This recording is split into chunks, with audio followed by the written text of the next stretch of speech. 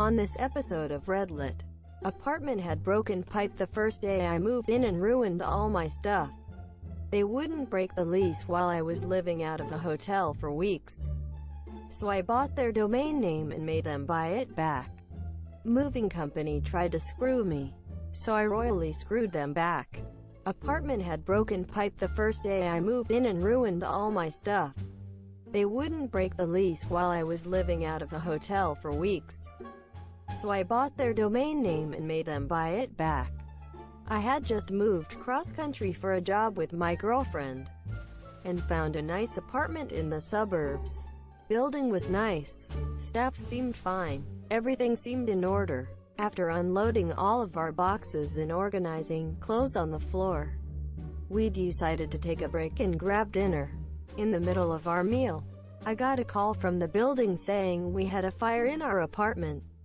Later found out the sprinkler pipe burst and triggered a fire alarm this year. I rushed back to find 4 to 5 inches of water, and a massive hole in the ceiling leaking water everywhere. All of my stuff was ruined, including all my clothes, my piano, multiple computers, electronics. Everything was gone. I did have renter's insurance, but found myself living out of a hotel until the repairs were made. Fast forward 2 weeks. I'm still living out of a hotel after the building claimed they would have my place fixed in a week. I go in to inspect the place and there is black mold all over the walls and ceilings. Obviously not a livable space even after repairs. I'm communicating with the property manager, who keeps brushing me off and saying everything will be fine. It won't take much longer. I mention breaking my lease and she snaps, claiming I have no grounds to do that and they'll sue me if I do. So I work in digital marketing. In real estate actually. I have a follow-up meeting with her boss in an hour, and decide to do some research into their URL.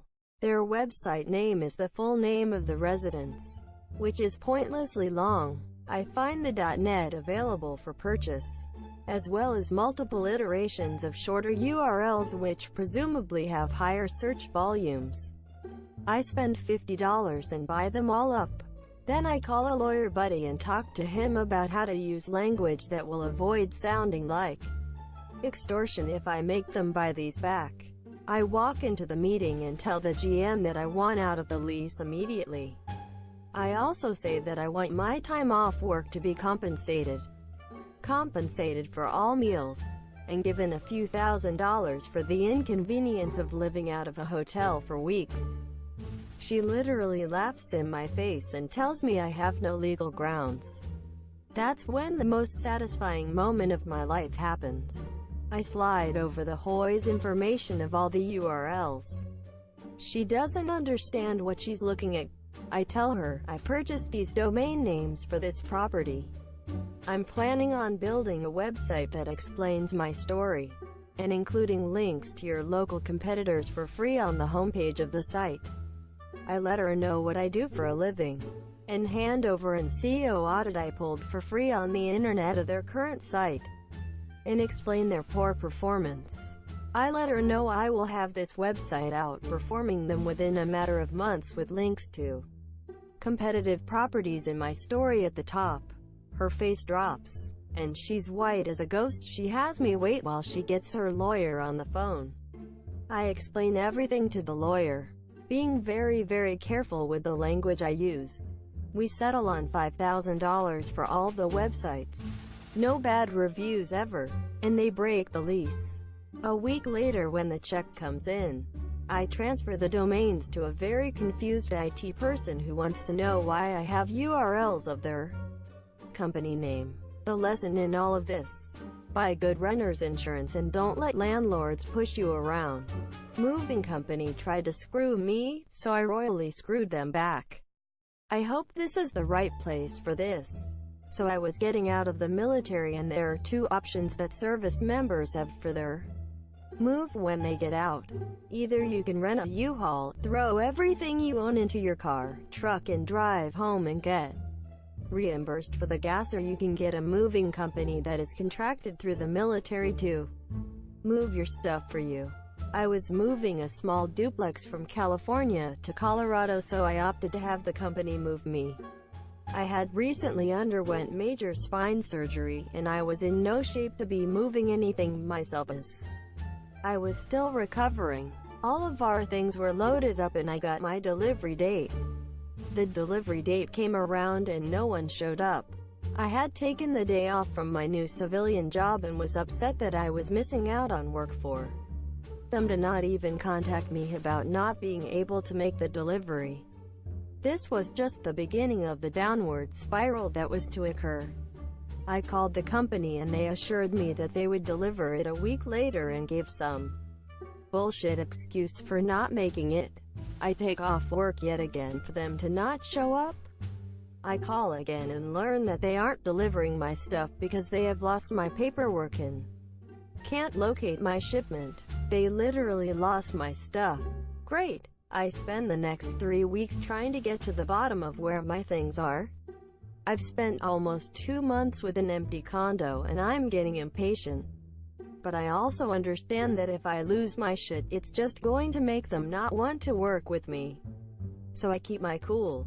After 3 weeks of basically feeding me bullshit, they finally found my shipment. Finally, all of the bullshit is over and I can get my things, or so I thought. They tell me that the following week they will make the delivery. I explained the situation to my job and thankfully they were extremely understanding and let me off for a third time to be there when my things were arriving. The day before delivery, it rained all morning long. This will be pertinent later. The following day I'm sitting around all day waiting for the shipment that is supposed to come midday. They don't arrive until 9 p.m. Monsieur, I could have worked a full day and been home, which annoys me. But hey, at least I'm getting my stuff finally. They start opening the 2 large wooden crates with my stuff when they find that one of the crates has severe water damage. Severe. Remember the rain from the day before? Well, in this company's infinite wisdom, they were loading my things up the day before when it was raining, and supposedly they ran out of room on the truck just as they got to my stuff. Their solution? Don't bring the crate back into the dry warehouse, just leave it out in the rain all morning long. Thankfully, most of our clothes and really important things were in the dry crate that had been left in the warehouse and they weren't destroyed. There was, however, our couch that was completely destroyed by water damage. We ended up having them just take it back with them because we didn't want a nasty, smelly, wet couch in our condo. We make a list of the things that they destroyed with the movers and they gave us instructions to submit a claim, Monsieur. Now a little bit of backstory on the couch. We bought it used off Craigslist for $150 and originally we were trying to sell it before the move and weren't able to, so we just kept it. We did take pictures of the couch with the fold-out bed option shown that we had kept. They had to pay for the full value of the couch and we eventually found that brand new this couch was $2,300 from Crate and Barrel. We were ecstatic because we felt like it was karma for the moving company screwing us over all this time. But it gets even better. The moving company gets our claims and insists that we picked the wrong model because our couch doesn't have a pull-out bed.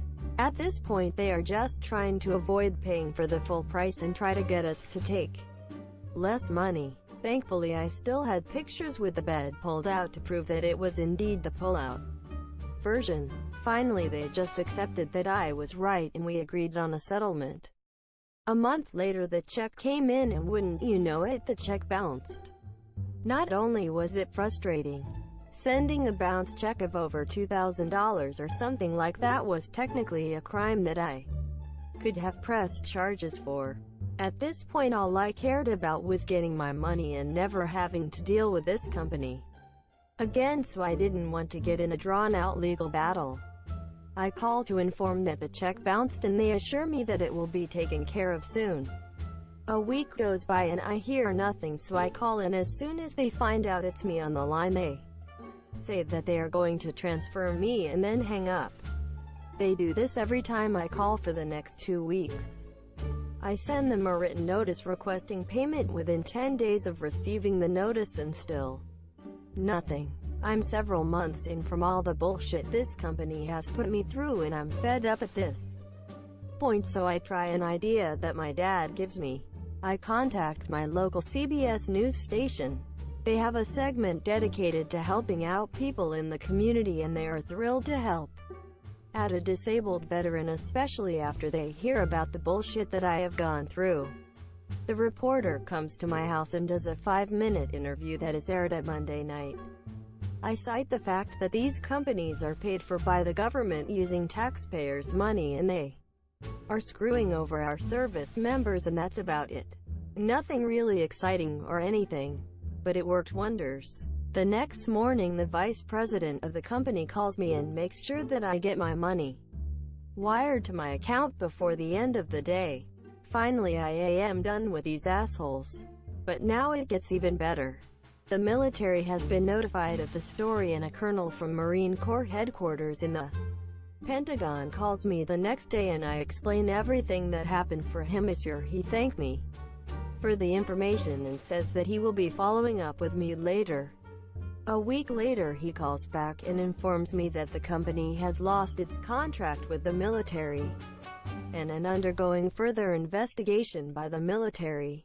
So not only did they get terrible publicity by my story being run on CBS, they also lost what I assume had to be a very lucrative contract with the military that was probably paying them well above regular price from what they would originally charge. All in all, it took months of patience and keeping my cool and making sure that I had a solid paper trail of evidence that showed I had given them every opportunity to do things right, and they had fucked me over every time. TL. Doctor moving company that had been contracted through the military to move me fucked me over multiple times, and I got the story put out on the news and got them to lose their sweet government contract. I'll see if I can find the news story and post it in the comments later. Nothing exciting, but at least it's proof of my story.